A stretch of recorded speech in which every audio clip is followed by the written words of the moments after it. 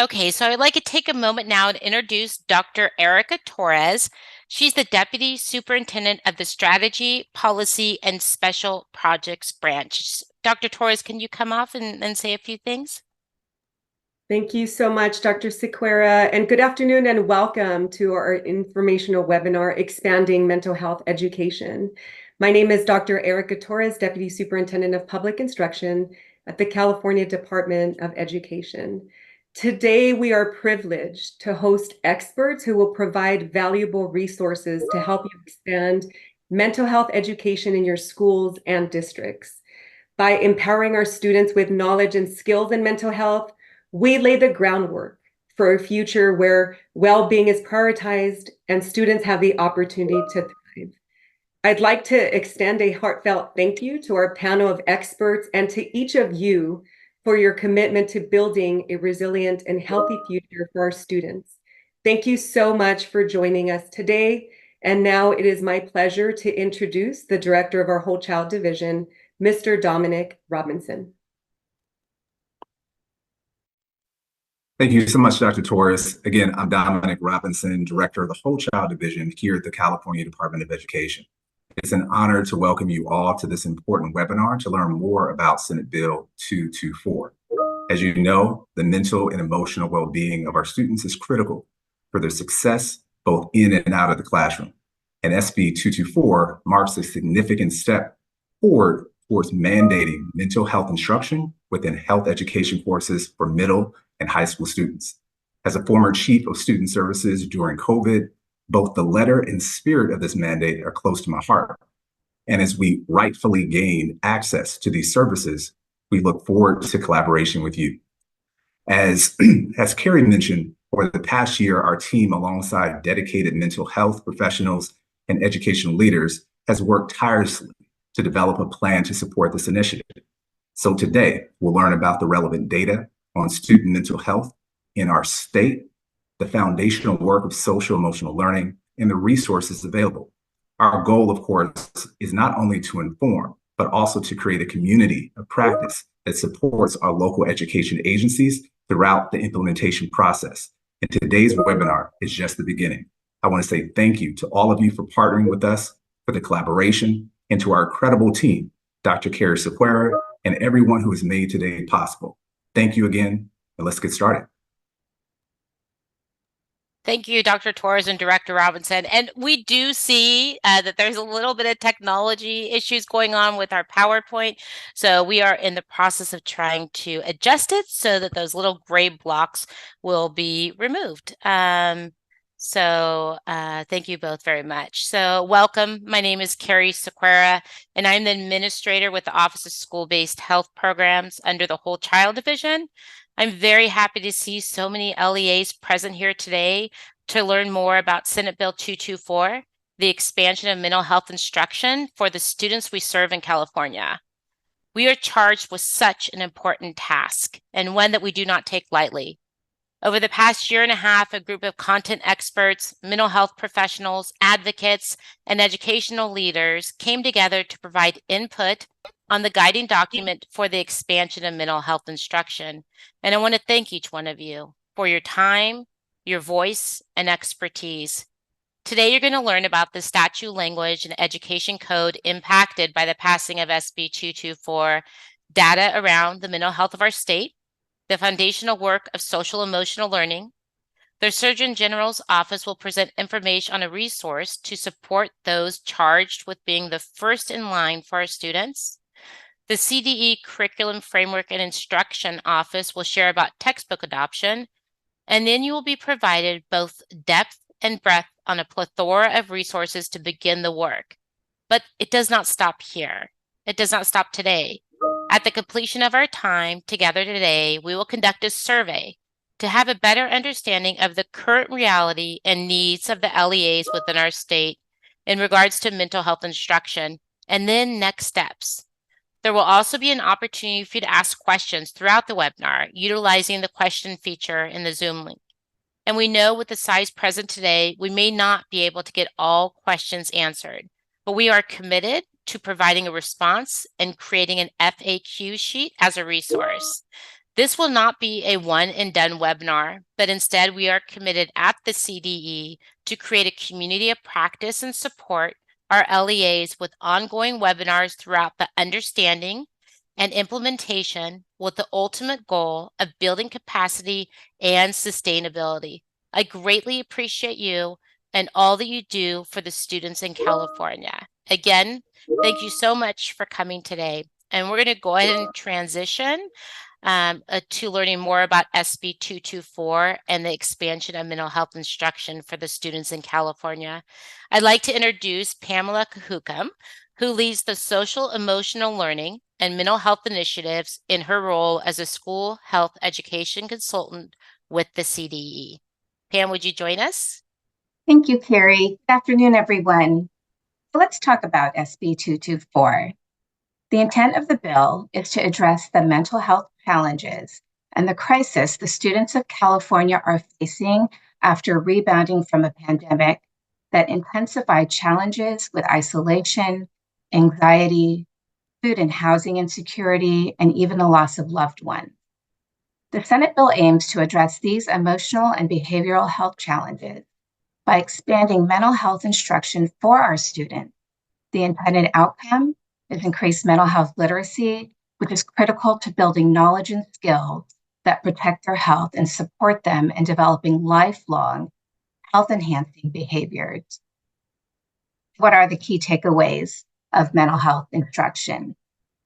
It is mandated for middle and high school students whose schools offer one or more health education courses.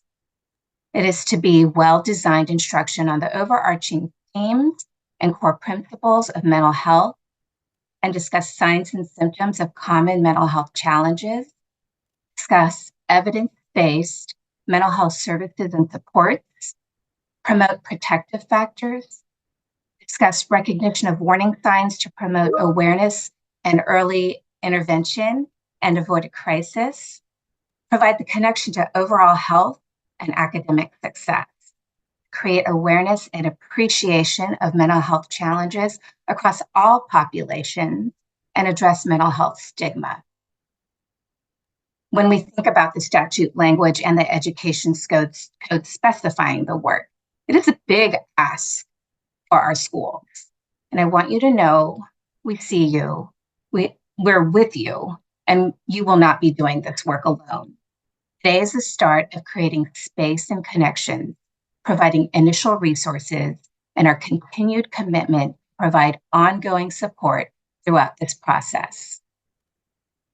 Now, I am honored to introduce our next speaker. Dr. Sohail Sood joined the Children and Youth Behavioral Health Initiative in January as its new director. His background combines long-standing clinical experience as a pediatrician and an associate clinical professor at UCSF with collaborative public health work, serving as a key leader in the California Department of Public Health's Safe Schools Initiative and overseeing their school health and chronic disease programs. Thank you, Dr. Sood. We're so looking forward to hearing from you. Thank you so much, Pam, and thank you to the California Department of Education for hosting this important webinar. It's really a privilege and an honor to be with all of you today. So I've been asked to set the stage with some data, about why we're focusing on mental health and why now. I won't be addressing the details of Senate Bill 224, and to some folks I may be preaching to the choir, but for many I think it's very important to level set here. So we can go to the next slide, and I want to start reflection by sharing with you what you have told us, meaning the educational community. So what you see on the screen here is a question we ask school staff on a regular basis. It is, how much of a problem do you think this is, right? How much of a problem at this school is student depression or other mental health problems? And you have 4 choices: insignificant, mild, moderate, or severe as a problem.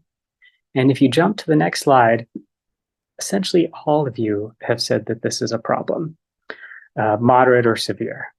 And if you look at it, you said it's a growing problem over the past decade. This is not a new issue. This is a growing and worsening issue. You've said it across all ages, not just the high school kids or the middle school kids, in the elementary schools as well, across all school types. And when you splice this data in different ways, essentially all of you have said it from different even experience levels that each of you have. So the older teachers, the veterans out there who've been teaching for more than 10 years, actually have graded this more of an issue than those who are more junior in their careers.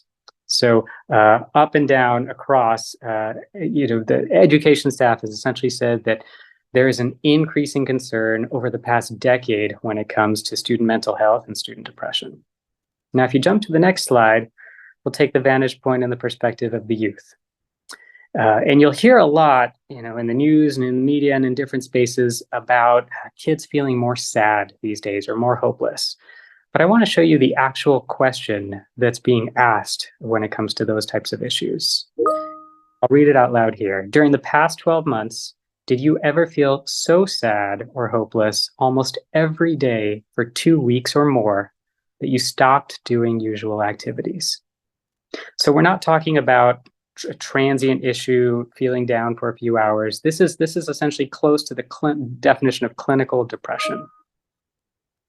And if you jump to the next slide, you'll see similarly, it is rising, and it has been rising over the past decade to the point now that on average in grade 11, close to half, 4 out of every 10 have felt so sad or hopeless over the course of 12 months that they've stopped doing usual activities for a period of 2 weeks or more.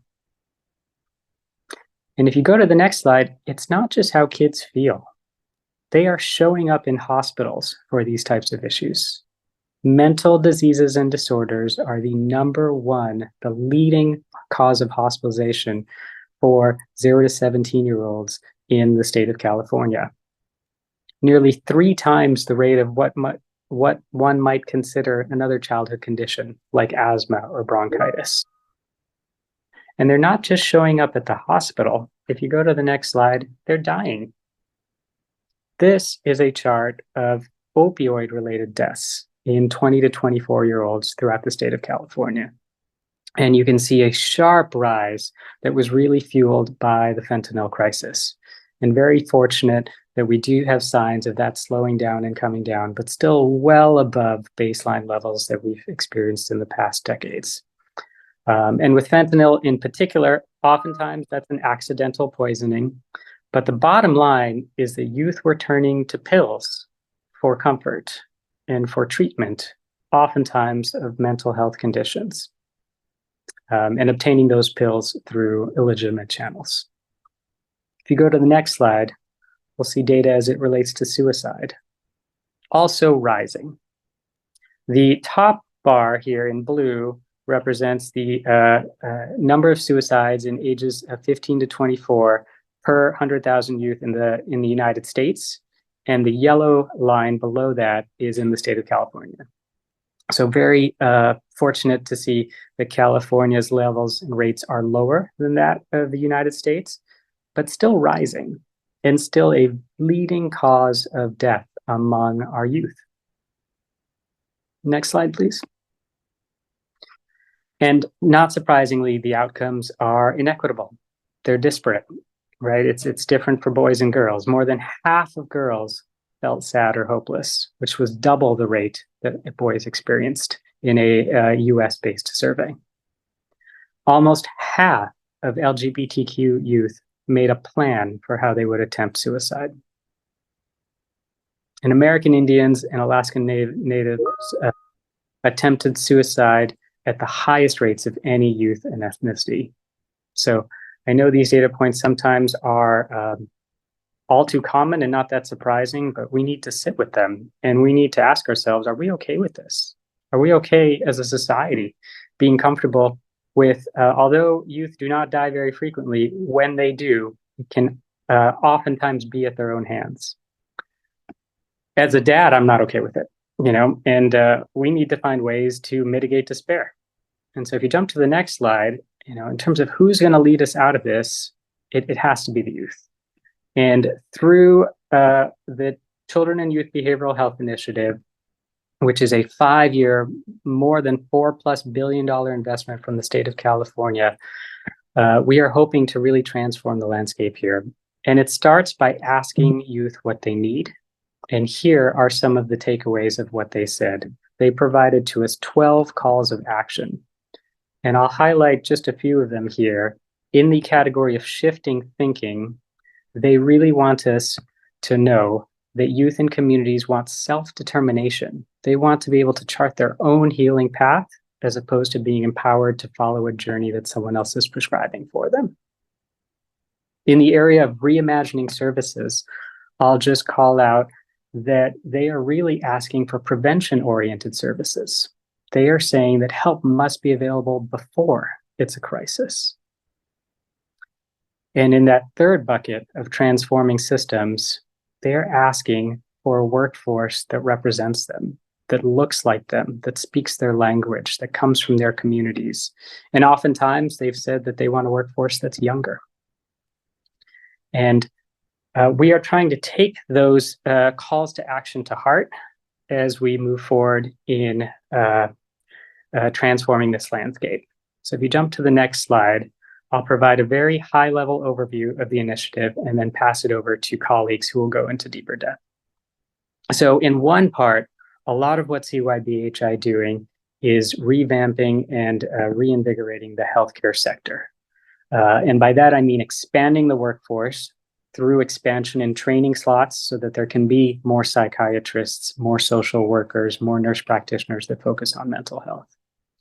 In response to the call for a younger and more diverse workforce, we are standing up a new profession called a certified wellness coach that will hopefully be working in all sectors, in schools, in homes, in communities, and in the healthcare setting to help alleviate this burden.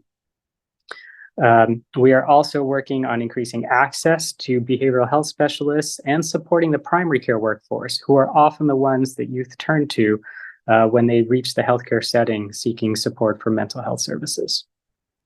But if you go to the next slide, I think that the real gem of the work itself is trying to focus on prevention-oriented services. So trying to move outside of the healthcare sector, where it may oftentimes be quite late already, and moving into schools, to homes, to communities, and to the digital environment. And I'll focus just briefly on the digital environment. If you go to the next slide, we now have 2 tools that are available for youth, children, and families to access to be able to speak to a professional.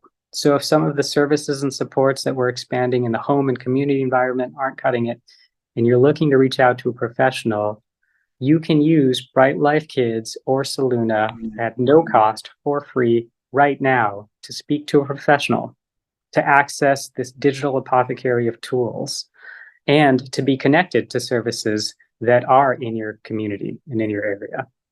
So Bright Life Kids is eligible for parents and caregivers of those ages 0 to 12, and Saluna, which is designed a little bit differently, is intended for independent use by teens and young adults ages 13 to 25 years. I encourage you all to visit those websites or to follow those QR codes to learn more. And then if we go to the next slide to focus more on schools and colleges and what we hope to do there, and go to the next slide, we are really looking to expand and improve the environment in 3 categories, I would say. One is not just teaching reading and writing and arithmetic anymore, also teaching resilience, and doing so by expanding social and emotional learning programs. But if we zoom out from teaching that child, teaching that youth how to care for themselves, we're also looking at trying to create a more supportive campus culture. And that includes peer-to-peer support programs, and it includes all of us learning more about how we can create safe, stable, and nurturing relationships. And then in that third category, not just looking at the classroom, not just looking at the campus, but also looking at access to care services in a school-linked format.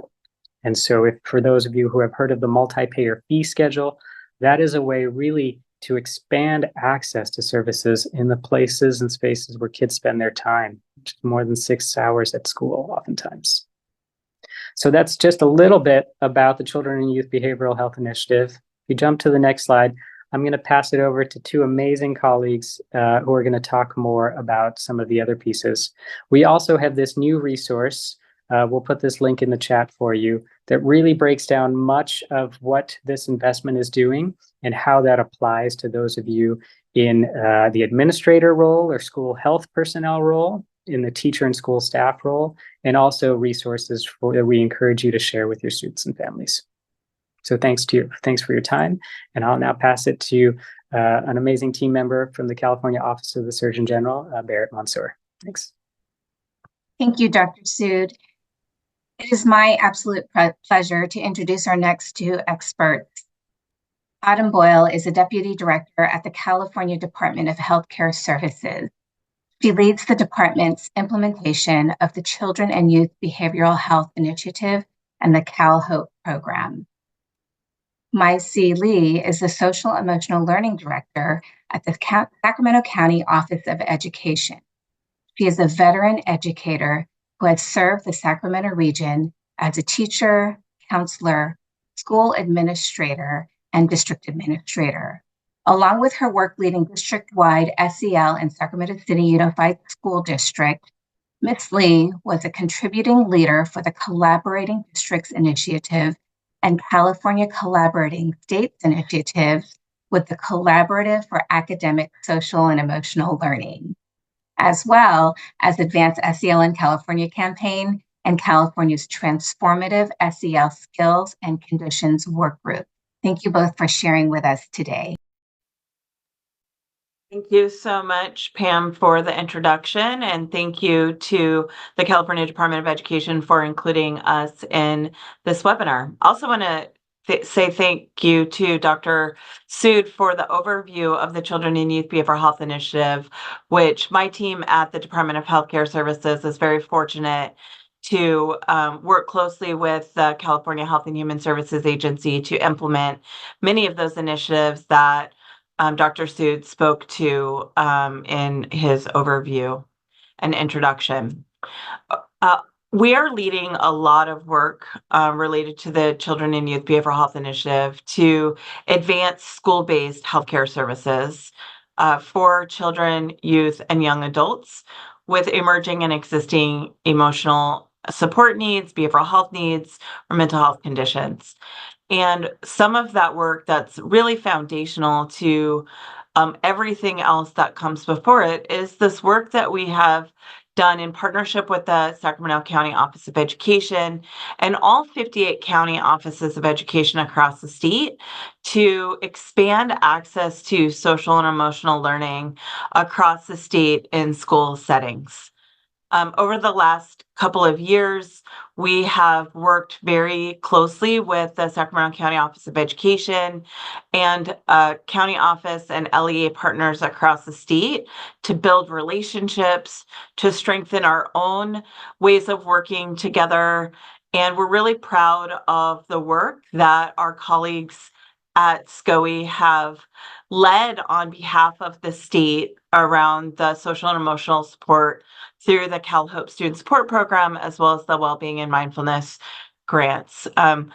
We know that this work is so critical to the emotional well-being of our student population at large, as well as to supporting educators across the state. And My-C Lee is going to talk about some of the supports and programming that we've made available as part of this SEL work that we've done through these state and local level partnerships. So really happy to be here with you all today. And I'm going to turn it over to My-C to get into the details. Thank you, Autumn. And I'm just really grateful and feel deeply honored to be here speaking to you about this incredible project that we have partnered with the DHCS to support our statewide educators. And as Autumn said, working through our 58 county offices of education. So in a lot of ways, when we think about the CalHOPE student support, and particularly when we think about social emotional learning, this is really priming the conditions for this new bill, right? The Senate Bill 224. So we want to really think about social emotional learning as framing that foundation or creating that container that enables us and primes us to really contextualize the learning that Senate Bill 224 has for us. So next slide, please. Again, I think this has been shared with both Dr. Sud and with Autumn, but the work that we are doing with social emotional learning through the CalHOPE Student Support is braiding the partnership with healthcare and education, and really thinking about what it means to truly wrap our arms around our children, our young people, our adults, our educators, and certainly our families, to really cultivate what it means to be a truly socially and emotionally healthy school community. Next slide, please. Again, this work is grounded in partnership, and so we've talked about the work across all 58 county offices of education, as well as many other partners that are locking arm in arm with us in order to deliver on the promise of social emotional learning in support and bolstering of mental health. Next slide. So the vision that we have in terms of framing this foundational work is really building these sustainable systems where all California students, children, adults, including family members and educators and leaders, that everyone can thrive through building supportive systems. Next slide. So how we define social emotional learning is that social emotional learning is about skills and conditions. So we look at this as the both adults and young people working in tandem. And I think I heard Dr. Sood said earlier through a survey that our young people are really interested in this idea of self-determination. And I'll talk a little bit about sense of agency in a bit, but this idea of co-constructing and really thinking about working in collaboration with their teachers and their leaders, so that we're really truly cultivating this collectivist approach towards thriving. Next slide. And so another way that we think about this is through this framing of social emotional learning and transformative social emotional learning, which is an expansion of the original key SEL competencies. And so as we make our way towards this idea of self-determination, these terminal equity values, diversity, equity, and social justice, we're really looking at what that bridge looks like. And so as we think about the graduate profile of what it means to leave our educational systems, we're wanting to prime these core competencies and really honing in on, I call these the bridge constructs that gets us to those terminal values. And that's really centered around sense of identity, agency, belonging, collaborative problem solving, and curiosity. And I say this because I'm returning back to what Dr. Sood said earlier about what our young people are saying, what matters for them, what is important for them. And it's really centering around this idea of self-determination towards mental well-being and wellness. And so I want to bring this back because I think it's really important as we think about that container in classroom spaces, in schools, in organizations, that we're really honing in on affirming and nurturing these core competencies and these key constructs as we make our way towards those goals that our young people are telling us they want to aspire towards. Next slide. Another way to think about this too is that social emotional learning supports and promotes positive school culture and climate. And certainly as we look at this framework from the California Center for School Climate, we can see where these key SEL competencies, focal constructs, and certainly we can see where mental health calibrate and overlap. And really, as we think about what it means to create conditions for whole child learning, whole systems support, and really the way that we thrive forward as a whole community. Next slide. Again, this just gives us another idea of the interrelatedness of all of the different pieces and parts of our work. Again, framing that foundation that is so critical to the success of SB 224 and to the success of all of our collective efforts. Next slide. So I also want to say that sometimes I've heard SEL being synonymous with mental health, and we want to be very clear that they bolster and support each other, but they are not one of the same. And partly why I'm saying this is that, often I'll hear teachers saying, well, I'm not a therapist, I'm not a mental health clinician. And what I would say is, you're absolutely right, you are not. And so when we think about SEL and mental health and the way that they dovetail with each other, is that social emotional learning is like a balanced diet, right? That nutritious food diet that's important for everyone to stay healthy. And that really, it bolsters and promotes mental well-being and wellness. As we think about what healthy relationships look like, what really that healthy emotional expression looks like, and how we manage our daily lives and the daily stressors. So social emotional learning does not replace mental health, and certainly social emotional learning supports the way in which we can integrate mental health into classroom spaces. So what I would say to teachers is, you are the supportive, the bolstering connective tissue that gets us to really deepening the work around mental health and mental well-being. But really the job of teachers is to promote those positive relationships, building those important communities and structures that enable conversations about mental health to be successful in classrooms. Next slide.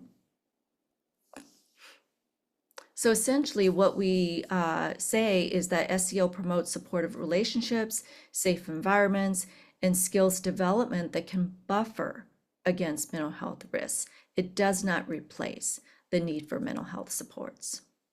Next slide. So in the work that we are doing, we're really thinking about social emotional learning as setting the conditions for thriving. And so this logic model gives you an idea of the work that we are doing statewide with all of your county offices of education. And they are in turn doing deeply robust work in their regional hubs, as well as across their districts and schools. And so thinking about what it means to cultivate the right climate, to cultivate the right levers in order to transform systems that, again, gets us to those equity terminal values, as well as really being rooted in these core competencies and these key focal constructs, so that we can enable systems and ecologically healthy systems that get at well-being, engagement, and performance that are thriving across all of our systems. Next slide. Again, as we set the condition for the work ahead, we really want to be thinking about this idea of cross-sector partnerships and capacity building. So we just talked about this important work of healthcare and education. And as we think about that and move across our system, we also want to be thinking about the partnerships with our county offices and the partnerships with our districts and our schools. And certainly, and most importantly, I think you heard this, also the partnership with our students, our staff, our families, as we calibrate and continuously support each other in order to think about ways that we can improve our systems and our structures to really truly embody these containers in our classroom spaces and across our organizations that prime us to be successful in implementing this new bill. Next slide. And again, as we set the conditions for success and for thriving, we also want to be thinking about the work that's already underway. So we have 56 counties that are working very closely with us. Even though we support all 58 counties, we have 56 counties that attend regular monthly communities of practice. They're working with their local educators to build robust capacity amongst their teachers and their leaders and their support staff. And they're working directly with focal sites to fine tune and to scale up so that they can work across their county regional areas, and really working with their educators and their students to create the systemic, what I call wall-to-wall, or from the boardroom to the classroom, systems of support for social emotional learning. Next slide. Again, we've already begun this work through an educator capacity building course called the SCL Foundations course. This is in partnership with our partners at UC Berkeley. In the fall and the spring cohort, we've had well over 1,000 school educators who have been working with UC Berkeley staff and educators to think about what it means to develop their own well-being, as well as to deliver on the promise of social emotional learning and transformative social emotional learning in their classrooms. And we've had representations from 54 counties across 347 districts statewide and 708 schools. Next slide. We also believe that in, again, setting the conditions to thrive, that continuous improvement is also really important. And so we have negotiated a contract with Kelvin Data Systems to provide free access to every school in the state of California in order to set up these pulses that support our understanding of how our students, our teachers, our educators, our families are experiencing school, experiencing wellness, climate, conditions that support them to thrive and to do well in schools. And so again, this is already functioning and operationalizing across our focal sites, and we hope that we can get this across all of our districts and schools in the state of California. Next slide. And then finally, we want to say that in California, we are setting the conditions to really frame that strong foundation across the ecology of our many systems. Again, ensuring that we have the essential elements to cultivate those right climates, to cultivate and affirm the right levers of partnerships to truly transform our school systems and enable systems of thriving so that we can improve ways of being around wellness, well-being, academic performance, and certainly engagement across all of our systems as we build our collective garden to thrive. Thank you. Thank you so much, Maisie. I really appreciate you sharing the information, your wealth of knowledge on the social emotional learning for the entire state. So thank you for that. So I have the pleasure of introducing our next presenter, who I also get to work with, which is a double pleasure. Barrett Mansara is a senior communications strategist for the Office of the California Surgeon General, supporting California's children and youth behavioral health initiative. She has more than a decade of experience in communications and public relations, focusing primarily on the healthcare sector. Former experience includes serving as a political appointee for the U.S. Department of Health and Human Services and Office of National Drug Control Policy, advising hospitals and health systems, health IT companies, and more at global PR firm H&K Strategies, and leading media relations at the American Academy of PAs. So thank you very much, Barrett, for joining us today. Thank you for giving me the space to be here today, and I'm going to continue the conversation by giving more information about a free trauma-informed training from the Office of the California Surgeon General, made possible with funding from the CYBHI.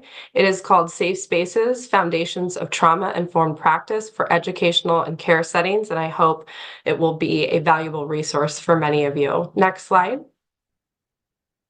Great. So we're going to, in just a moment, play a quick promotional video. Before we do that, I just want to acknowledge that while SB 224 is focused on mental health education for youth, we wanted to make sure we shared more about safe spaces, given that a key element of the training is about individual self-care and strategies for self-regulation, because we recognize that that must come first before our educators, classified staff, administrators, really anyone working with youth can be available to support them if they're struggling. So with that, we'll play the promotional video.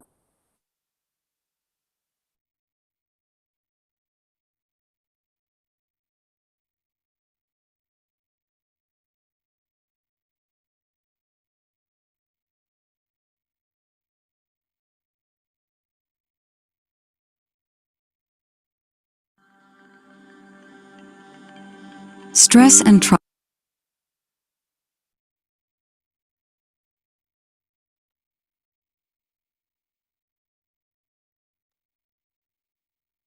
If we are having technical difficulties, I'm happy to just put the video in the chat. It's fully accessible from our website, and we can absolutely move on without it. So I will make sure I share that, and we can move on to the next slide, no problem.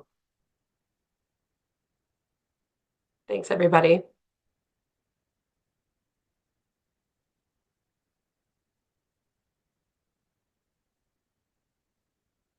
Okay, here we go. Safe Spaces. The training is, again, it is free. It's designed to provide greater awareness of the impact of stress and trauma on health, development, and learning, but also to deepen the knowledge of practices and strategies that can really create those safe and supporting learning environments that my C was talking about just recently.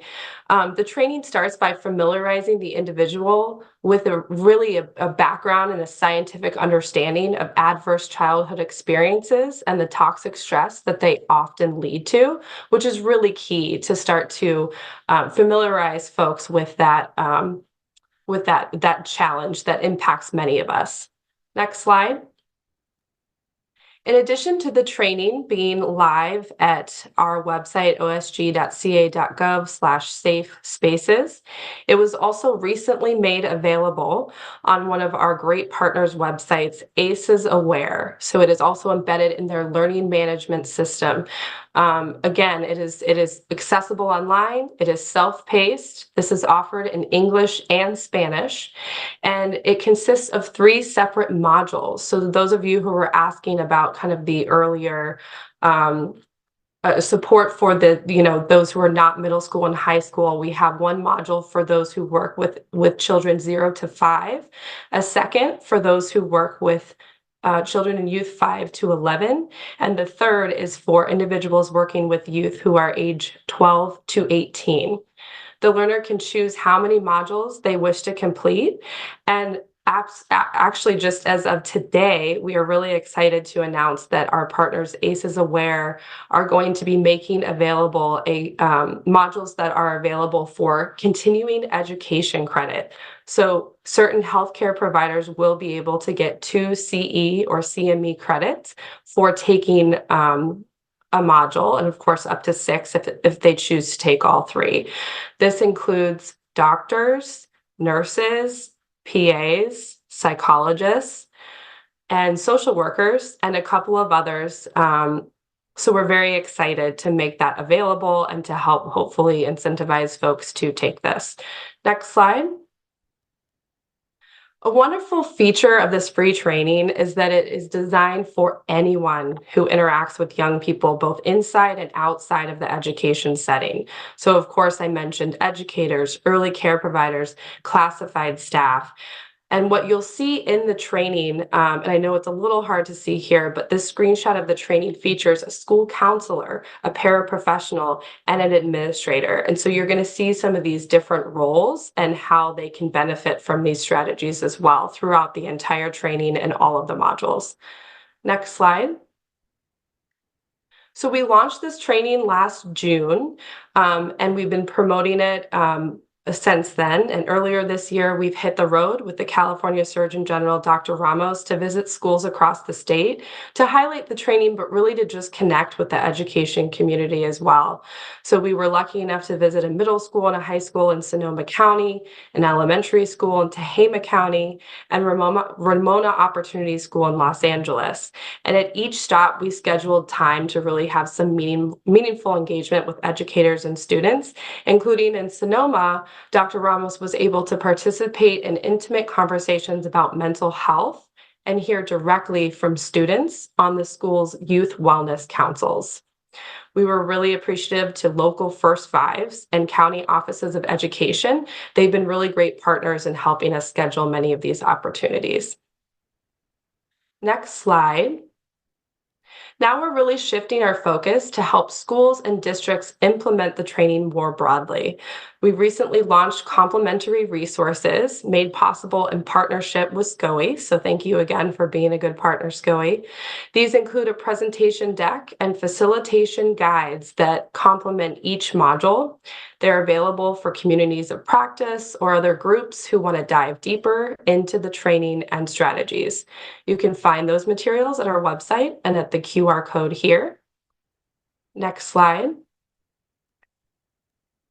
So we've recently been speaking to a lot of districts and others who are thinking about really intentionally promoting this more in the 2024-2025 school year. And I've actually seen a couple of them on this webinar, so I'm excited about that.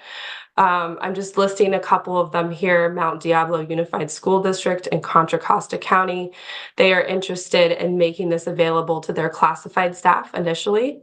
Marysville Joint Unified School District in Yuba County plans to hold some in-person training sessions and separate it out by different type of staff. We know that all of the Head Start to HEMA staff have completed the training, and we're working with them to find out if they need any in-person technical support.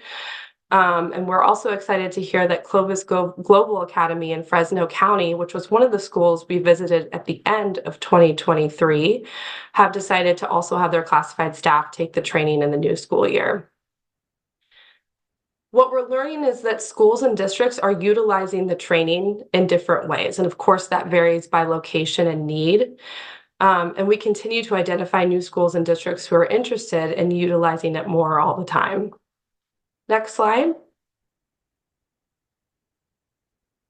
Great. So here I just want to make sure that you know that we've really been pleased with the positive feedback we're hearing from those who are taking the training. And of course, that varies across the board.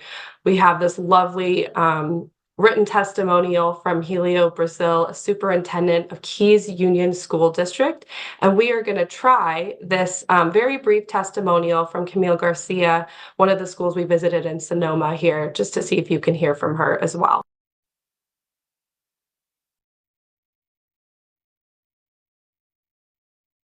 What I really did like about it was that it was skill-based. So a lot of times in trainings you hear a lot about theory and background and the why, which is all important. And it's important to recognize that students do have adverse childhood experiences, that all people probably do to some extent. And what I liked about Safe Spaces was that it gives you tangible things that you can then do when you have a student in front of you. So you can see if a student is in fight, flight, fawn, or freeze. And then it gives you the tools and the strategies to ground yourself. And I think it's really important when you're dealing with students, and especially like coming back from COVID when there's so many behaviors, being able to recognize that trauma piece and how that there's that connection. And then how do you ground yourself? And then how do you respond to the student with empathy? I actually think it's really there's a lot of good strategies, even as just a parent in there, and remembering like that all behavior is a form of communication. Thank you. I'm glad that worked. I know it must be helpful to hear from somebody who is actually utilizing these strategies on a day-to-day basis. So next slide. And my final slide, I believe. We continue to promote the training at education conferences and at partner meetings all the time. I hope this isn't the first time many of you have heard about it, but there are a few ways you can help support if interested. We hope you will, of course, consider taking the training, especially if it's relevant for you. And you can access it here at this QR code and, of course, on our website. We also have a communications toolkit, which we actually just recently republished. That is also at the QR code below here where it says spread the word. The great thing about this toolkit is it includes a variety of content. So social media posts, graphics, newsletter content, a PowerPoint in both English and Spanish, fact sheet, and of course the promotional video that didn't play earlier, but there's a downloadable version if that might be helpful to you all in promoting. So I just want to thank you again for your time. I hope this was useful, and I will make sure to stay on and answer any questions that may arise. Thank you, Barrett. Really appreciate that information. We're getting a couple questions that we're saving for the end for our question and answer period. So thank you for that.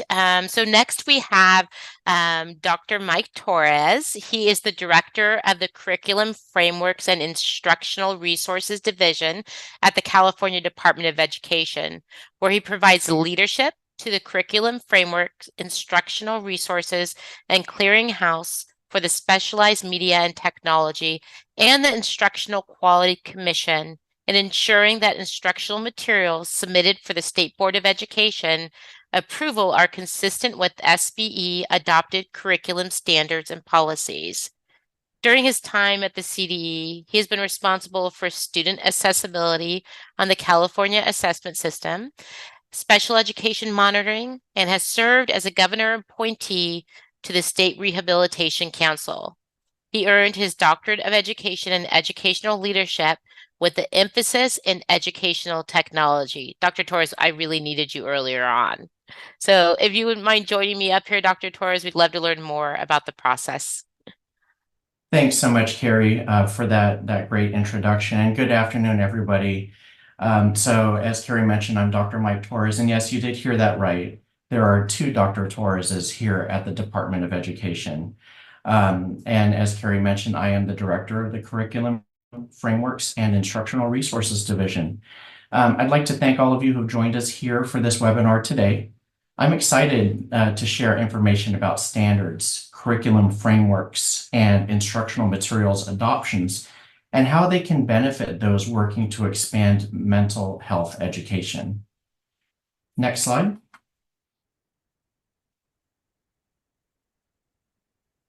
Much of our role in the Curriculum Frameworks and Instructional Resources Division is the development of content standards and curriculum frameworks. The standards tell us what students should know and be able to do within the content area.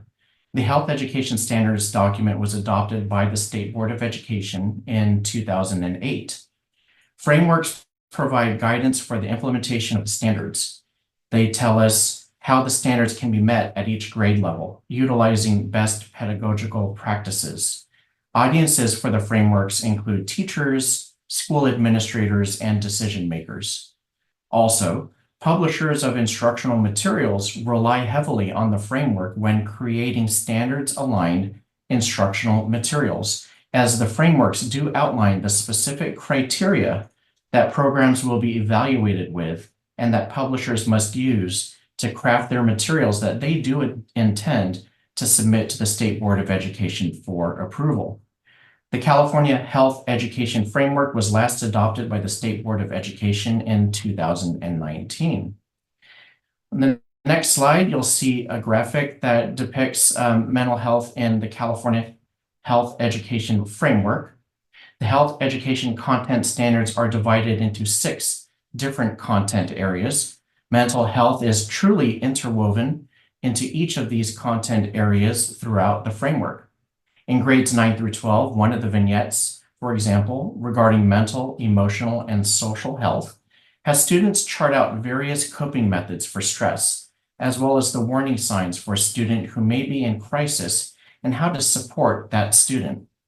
Vignettes and guidance around mental health education occur in many grade levels. Doreen Khatib from Orange County Department of Education will be showing you a more detailed graphic later on during this webinar. I think one of the best things that the Health Education Framework does is that it provides guidance for creating an environment in which sensitive health topics can be discussed, which is so very important when discussing mental health. Next slide, please.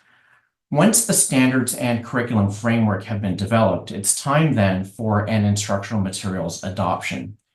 Many LEAs do look forward to the adoption of new frameworks and subsequently the adoption of new instructional materials that typically does follow. Instructional materials adoptions do occur in grades K through 8 and are conducted statewide through a review by teachers, teachers on special assignments, school administrators, and content experts. The State Board of Education then takes the review and recommendations from those review panels and from the Instructional Quality Commission and makes a decision about which programs to approve. Schools and districts have the choice to purchase textbooks from these approved lists or to conduct their own local review and conduct their own local adoptions. Now, after the adoption of the Health Education Curriculum Framework, our division put out an all-call to publishers with an intent to have a State Board of Education adoption of health curriculum in 2020. Ultimately, there was a lack of interest in participating from textbook publishers, and subsequently it was decided by the State Board of Education to cancel the health education materials adoption at the state level. Now, despite not having a statewide list of instructional materials, there are some CDE-created guidance for LEAs that are looking to conduct instructional materials adoptions, as well as those looking for instructional materials in subjects that are not currently adopted by the State Board of Education, including in mental health. I'd like to highlight a couple of those resources here. So the next slide has me talk about the Health Education Instructional Materials Evaluation Toolkit, which can then assist LEAs to look for and adopt a health curriculum. It walks through education code and standards to support the process of finding an aligned curriculum. It can be found on the California Health Education website.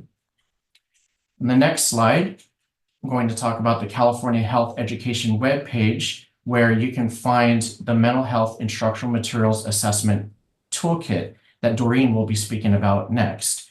It includes assessment tools for those LEAs who may already have health curriculum, but are looking specifically for alignment for SB 224. The toolkit includes the language of ed code down in a chart format so that LEAs can look specifically for those components within a curriculum. The next slide talks about the guidance for local instructional materials adoption that I'm super excited to highlight for you here as a brand new resource. This document was recently adopted by the State Board of Education in March of 2024. This document is a comprehensive deep dive into the local instructional materials adoption process for any subject matter. This document contains guidance and support for LEAs throughout the adoption process, from choosing the initial materials to evaluate, through the piloting process and eventual consensus, adoption, and then implementation process.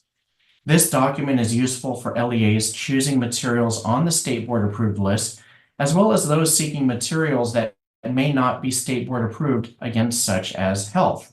I want to highlight just a couple of elements that are found in this comprehensive guidance. The next slide, I'll talk about parent and community involvement.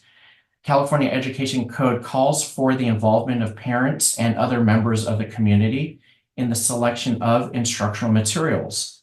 The guidance for local materials adoption document outlines ways in which parents and community members can participate throughout the instructional materials review, piloting, and instructional materials selection processes. The document states that parents, students, retired teachers, content experts, and other members of the broader school community can be notified of meetings and invited to participate. Those participants do not need to have content level expertise. They can listen to the proceedings and provide commentary or feedback at various junctures throughout the process. Next slide talks about English learners and the guidance provided within this document. This resource provides charts, such as the one found on Figure 9, that can be used to ensure that the materials support English language development standards. This is a population of students who it's definitely critical for instructional materials to provide strategic supports for. And on my last slide, just like the previous English learner guidance, the resource also includes support and tools for ensuring that instructional materials adequately support students with disabilities. Figure 8 in the document explains how materials can be evaluated for principles of universal design for learning, and take a deeper dive into how the materials support teachers in providing accommodations or modifications to the general curriculum for students with disabilities. Again, this is a State Board of Education approved resource document that supports LEAs looking to adopt instructional materials in any subject and grade level, and it can surely be used along with the previously mentioned tools to guide local adoptions in health education. Thank you so much for your attention, and if you have any questions about any of the resources that I've shared here, please feel free to reach out to my division, that's CFIRD, through email at cfird@cde.ca.gov. I now turn the presentation back over to Carrie. Again, thank you for your time. Thank you very much, Dr. Torres. We are getting a few questions already, so I will direct it your way to make sure we're giving the accurate information around that. So now we have our final speaker of the webinar, and I'd like to introduce to you Doreen Khatib. At this time, Doreen is an administrator of health, safety, and prevention at the Orange County Department of Education. She also serves as the co-lead for the Curriculum and Instruction Steering Committee Subcommittee for Health Education, advisor to the National Mental Health Literacy Collaborative, and was the project director of the statewide California Health Education Framework Rollout Project. Doreen, will you come join me out here now? And thank you, Doreen, for being here as well. Absolutely. Thank you so much, Carrie. All right. Thank you to all of you who are still hanging out with us. I am going to take you on a little bit of a dive into the how. So what might this implementation look like? What is this implementation connected to? And what are some resources that are available for our educators to utilize in that implementation? So let's go to the next slide. Pam already gave us an overview of the ed code, so I'm not going to do that again. I'm just a gentle reminder about the fact that, and I know this kind of came up in the Q&A, that this is currently, the requirement is that we prioritize mental health education in health classes, middle school and high school. So those are for our students who are in grades 7 to 12. Mental health education has already been a part of health classes. However, there's so much to teach in health classes that, you know, sometimes it's up to the teacher's discretion in regards to what standards will be utilized or what standards are going to be, you know, reinforced in the education. So this basically prioritizes that. And I'm also not going to read these bullets to you, but I do want to point out that we do have specific content and essential concepts that the ed code outlines that need to be integrated into the education, which kind of connects back to what my C was saying about SEL. A lot of times people, you know, I work with educators who say, oh, we have SEL curriculum. Yeah, but does your SEL curriculum cover the essential concepts that are part of the mental health education requirements? So let's go to the next slide. Dr. Mike Torres already shared this with you. What I really want to point out here, again, which he already referenced, we have so many great examples in the framework about intersectionality between all these content areas, but just a gentle reminder about why we need to support our health education classes, because they're offering health in this comprehensive way. They're offering health there. When we talk about mental, emotional, social health, there's a wonderful connection to talk about body image. There is a connection to talk about, you know, what are ways that we could support our mental health? Well, healthy eating is one of those things. Movement has a huge impact on the chemicals that are released by the brain. Let's talk about coping mechanisms and the intersectionality with alcohol, tobacco, and other drug prevention. Healthy relationships, which lives in growth, development, sexual health. Even things like human trafficking, which is connected to injury prevention and safety, violence prevention. There are so many interconnections, and that's why, and really my advocacy here is, what are we doing in regards to health education, and how do we support that comprehensive view? If we go to the next slide, Dr. Torres already shared this, right? Standards are what we're supposed to teach. Well, I want to show you a visual of what are we talking about when we say health education content standards. The next slide is going to show you a visual that we created when the newly adopted framework came out and we had a rollout project that was statewide. We created this visual to kind of show the fact that the goal of the standards are to improve health literacy. We want our students to have information, but we don't want to stop at information. And that's standard 1. At the very, very bottom of this model, you'll see essential concepts. That's great. We want to support them in accessing that information, the essential concepts. And again, for mental health education, that ed code tells us what we must cover. But we also want to ask them, like, let's analyze what is influencing my behavior. What are some internal and external influences? Where am I getting my information? How do I know that's credible? How do I actually assess that? Interpersonal communication is everything from collaboration, cooperation, to negotiation, to refusal skills. How do we make good decisions? We tell students all the time, go make good decisions. How do I make good decisions? What are the cues and the steps for decision making? What are the steps for goal setting? How do we actually create an environment where our young people could practice those health enhancing behaviors that we're teaching them about? Let's create a safe space where they could role play, where they could have conversations, where they could connect with their peers, where they could practice those behaviors. And of course, the top of it is really advocacy. That's what health promotion is. We want to build the capacity of our students to be advocates for themselves, for their families, and for their peers. So if we go to the next slide, I just want to quickly point out that when we are teaching standards, we are reinforcing and teaching SEL competencies. There is a wonderful alignment to that. And if we're covering the mental health essential concepts, then we are ensuring that those essential concepts or the skills that we are reinforcing in the SEL competencies that we're teaching are related specifically to the mental health pieces that we're trying to teach our students.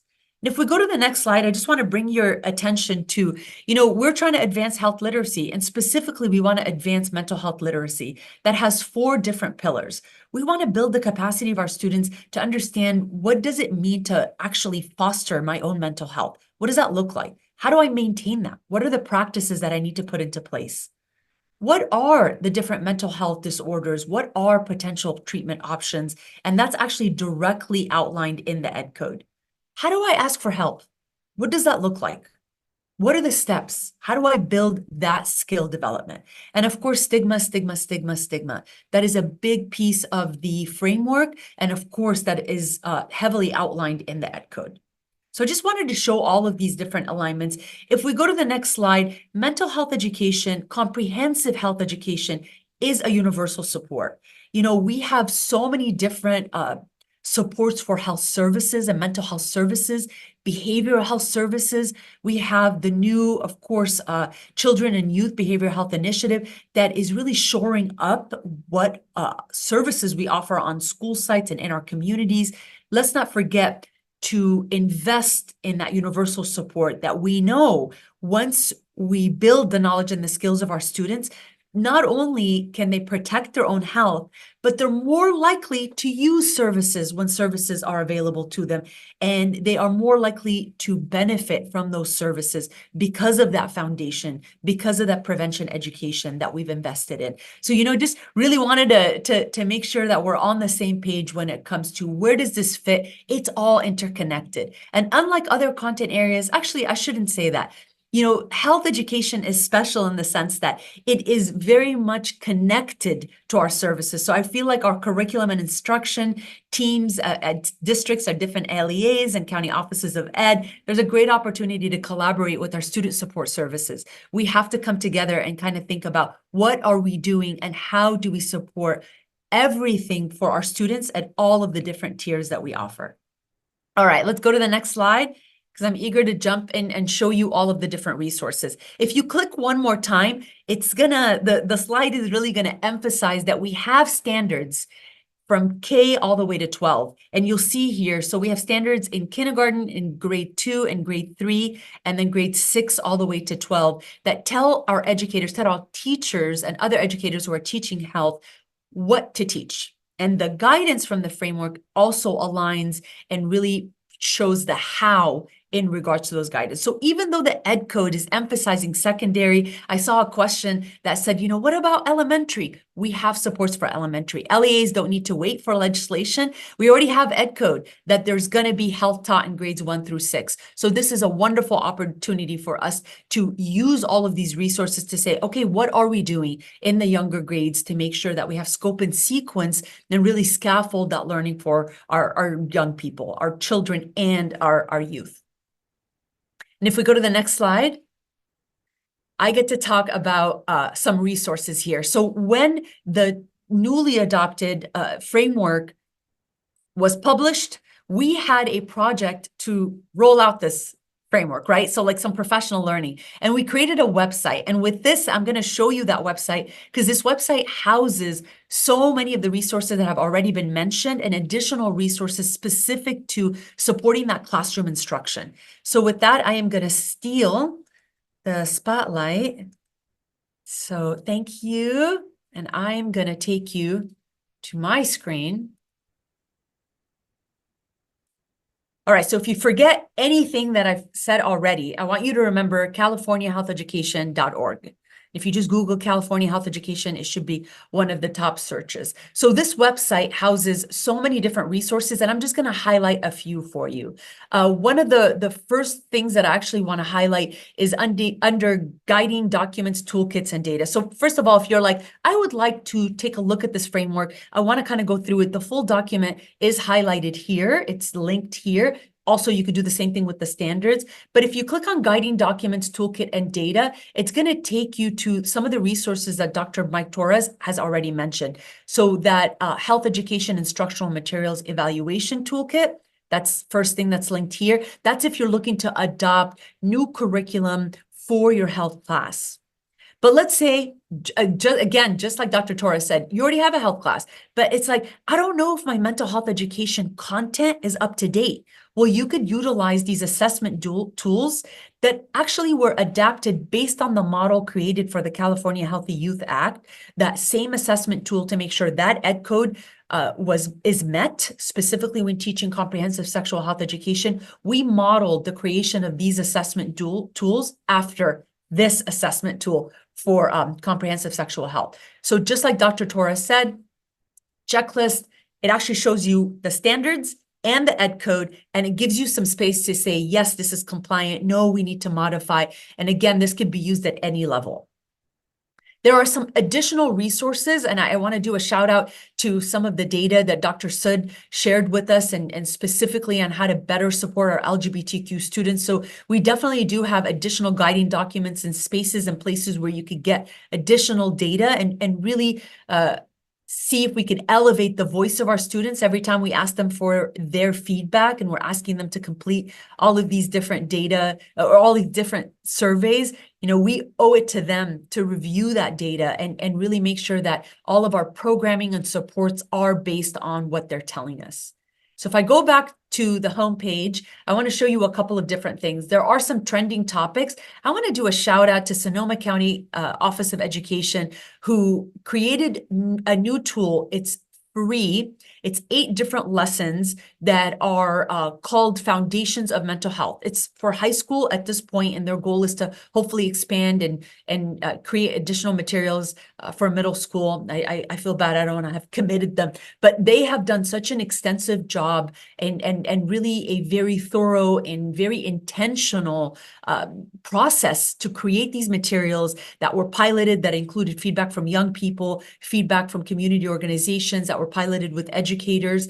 And there's also, we supported them in aligning it with the ed code for SB 224 and with the standards. So it's a great tool. I definitely want to highlight it. It's also in other places and spaces on this website, but new and hot off the press. And that'll take you directly to their website to access that resource.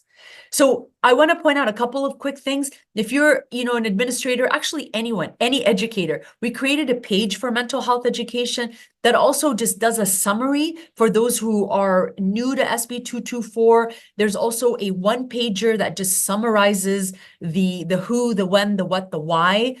Shout out to Alameda County Office of Ed. There's a really great infographic that they created showing all of the legislative requirements that are related to health education. So even though a health education class is not required and mandated by legislation, we have legislative requirements that touch on the different content areas of health education. So a great infographic. There's additional tools and resources also that are reiterated on this page. And then I'm going to take you to the highlight, which is our support for educators. I'm trying to scroll slowly. If you click on educator, we have sorted resources that are no cost. Everything on the website is no cost. So we've sorted resources based on the different grade bands, I should say. So, let's say I am a high school teacher and I want some resources to support my health instruction or mental health education instruction. So I would click on grades 9 through 12, and right away it's going to give you an overview, and then it's going to take you to different resources based on the content area. So as I mentioned, health education has 6 content areas. But before I show you what it looks like if I click on mental, emotional, and social health, I do want to share some resources that have been created that really help with that skill building piece. So we talked about the standards in health education being all about skills. Well, if I'm a teacher and I'm going to teach about goal setting, I could look to this very easy one-pager that actually shows me the cues, that actually builds my capacity in teaching students, in helping the skill development around goal setting. And they're there for all of the different standards. We also created posters, so a counselor could have this in an office. Our school nurses could have this in their office, in their health office. Anyone could help reinforce these student-facing skills. These posters are student-facing, so anyone could help reinforce those skills and connect it to our conversations with young people even outside of the classroom. Last but not least, on this page, we created model learning activities that actually are based on the standards-aligned instructional design model that is from the framework. And we really were very intentional. It shows what it would look like to have a standards-aligned lesson, but we also explicitly showed where the SEL competencies are also met, and they have been universally designed. So we also show educators where, like, there's like a UDL, there's a little symbol to where educators could see, like, this was the intention. This is how this lesson was universally designed. So, there's just a few, but it's really pulled all of that guidance from the framework. So I'm going to wrap up here. So I'm going to go back slowly. So I want to know, what are some of those resources that I could check out for mental, emotional, social health education? So if I click on that as a teacher, or even as a district, or even as a instructional materials committee that's helping make decisions that are going to support the schools at the LEA level, this pulls so many of the resources. This was created and vetted by a statewide collaboration committee that had content experts and county offices and different organizations from various settings and sectors. So, there's shout out to Never a Bother, which is a new resource. If you haven't checked it out, you should definitely check it out. They're really great. Some of these are very familiar to you, Castle, NAMI, Bring Change to Mind. I'm going to try to scroll slowly. So these are resources. So if I'm a classroom teacher and I want to know, where do I go for information, valid information for me to guide my instructional practices? And then we also pulled any resource, not any, but of course, credible resources that actually have lessons, educator lessons. So Erica's Lighthouse, if you're not familiar, they have educational materials that go into elementary all the way up to secondary. Again, everything on here is no cost, and they've done a great job with aligning with EdCode as well, with SB 224, as well as with the National Health Education Standards, which is what our standards are based on here in California. Cal Hope, you heard from MyC, there is the educational elements. We pulled those out, and those are accessible. Work to Be Well, Wellness Together put together these great modules that are student facing that could potentially be asynchronous, and educators could integrate it to ensure skill development into the classroom. That's the Well Lab. You could check that out. And of course, we wanted to make sure that we add also our Sonoma County Office of Education resource that's no cost. So all of this has already been curated. We even pulled some of the films and the books and some of the other guidance that was in the framework, so teachers don't have to go through that document, but it's all here for them. And then the last thing, just really, I know I have like 1 minute because I have a timer that I'm staring at. I want to point out that we also created another tab called Families and Community. There's also a student resources. However, this whole entire website is really for educators. So part of our goal is that an educator would say, I want some resources to share with my families. So here you could, there's some general guidance, but you could pull from the new drug talk resources for how families could speak to their children and to their youth about something like opioids, something like fentanyl.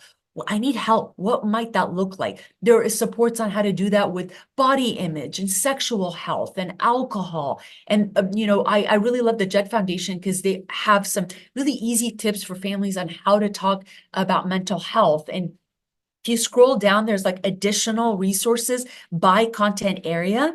And this, again, is to help our educators. Like if you're doing the unit on mental, emotional, social health, I want some resources to send home for families. So everything from Directing Change, Erica's Lighthouse has some really great resources. The Well Lab has some great resources. And we just heard from Dr. Sud about Bright Life Kids, great resources that can be shared with families. So all of these are different ways for us to do that support. And I'd be remiss to not mention that we also have a professional learning opportunities tab. So lots of resources, easy to access, all online for our educators to utilize. No cost. Our Safe Spaces Foundation that Barrett just mentioned is also included here. We broke them all up by content area, and you'll see this one is really robust for mental health. One-stop shop for educators. And with that, I want to end by just sharing really, really quickly a call to action. This is a great opportunity for all of us to not let this work end with just legislation. I think this is just the beginning. So what are some things that we could do as educators? Well, the first thing is, what are you doing? What is in place for health education or even mental health education? Is it integrated into content areas? Is it a health class? Is it taught in the summer? Is that skill-based? What are some ways that I can actually improve what I'm doing for students to ensure that knowledge and skill development? Also, is what I'm currently doing aligned? So using some of the tools that we've shared to make sure that it is aligned with EdCode, that we're doing that piece. Who can I collaborate with for professional learning? We have so many different experts in our communities across the state that could support professional learning. So our health teachers or our teachers who are teaching health feel confident and they feel supported to do this work and to do that skill and knowledge development for our students. So, think about, okay, evaluate your current plans, make a plan for expansion. And this is a collective effort. And just like Carrie mentioned at the beginning of the webinar, this is the beginning of hopefully continued learning and shared learning that we could all experience to move ourselves along the continuum so that we could do better for our students and our families. Thank you so much. With that, I'm going to pause and hand it back. Thank you, Doreen. As always, it's such a pleasure. Okay, so we're at our final portion. So next, we are asking participants to complete a brief survey. On this slide, you will find the QR code. I'm also going to drop the link in the chat. This survey is a form of a needs assessment so that instead of us assuming we know what each LEAs need, we want to hear from you. What do you need for successful implementation of SB 224? We will share the survey data once analyzed, and we will use the data to drive the content of our webinars, as well as to build out additional supports. In this survey, there is also an opportunity to choose the preferred window for our next webinar and participation in the community of practice that we are establishing if you are interested. If you would please take a moment to complete the survey, that would be great. I'll also send an email out as well. And then I'm going to go ahead and drop it in the chat. And then as I'm going to everyone, hopefully I did that right. Let's see. Okay, so I prefer using a link, but Tiffany, who's behind the scenes, created this wonderful QR code. So next steps, we said in the beginning, we're committed not to doing one and done. There's research out there that does not provide long-term outcomes as so desired. So we need to do the needs assessment and basically understand currently what is the culture and climate in your community for which you serve. And then for ongoing support, we are proposed a date in June, July, and August. And yes, we know it's the end of the school year, but we also know often for administrators, they have a certain amount of workday and they are working to plan for the upcoming school year. And based off the questions, we have been trying for the most part, being able to answer each question that comes in, but we are going to create an FAQ sheet based off the questions we received today to give responses, but also for those that have emailed us once we sent out the invitation with additional questions, just to capture it in the same space as well. And Tiffany, if you would go to the next slide. So questions and answers. There were a few questions that I was going to ask Dr. Torres, if you don't mind answering the one question. Sorry, I'm going to two screens at once. If you could pop off, that would be great. No worries. So it was the question on what if and when the 2008 health content standards will be revised.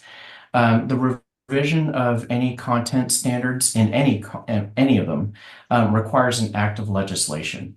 And so it would require the legislature to pass a bill to say this specific set of standards do need to be updated and it needs to be done by a certain date. Just an example, history social science was last updated in 1998.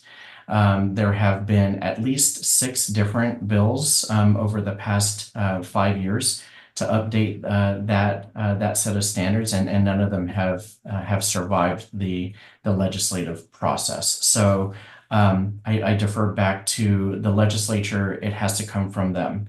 And then similarly, there was a question in here about what is the CDE doing to support the idea of health education graduation requirement? Again, the CDE, we implement policy, and the policy is actually generated and created by the legislature and the State Board of Education. And so should a bill on health education graduation requirement be proposed and passed, then it would be our responsibility to create implementation and guidance and frequently asked questions and support and professional learning around that. I think those are the two Yeah, questions most appropriate to me. I think so. And we are at the end of our time. So if you would just go to our last slide, please, Tiffany.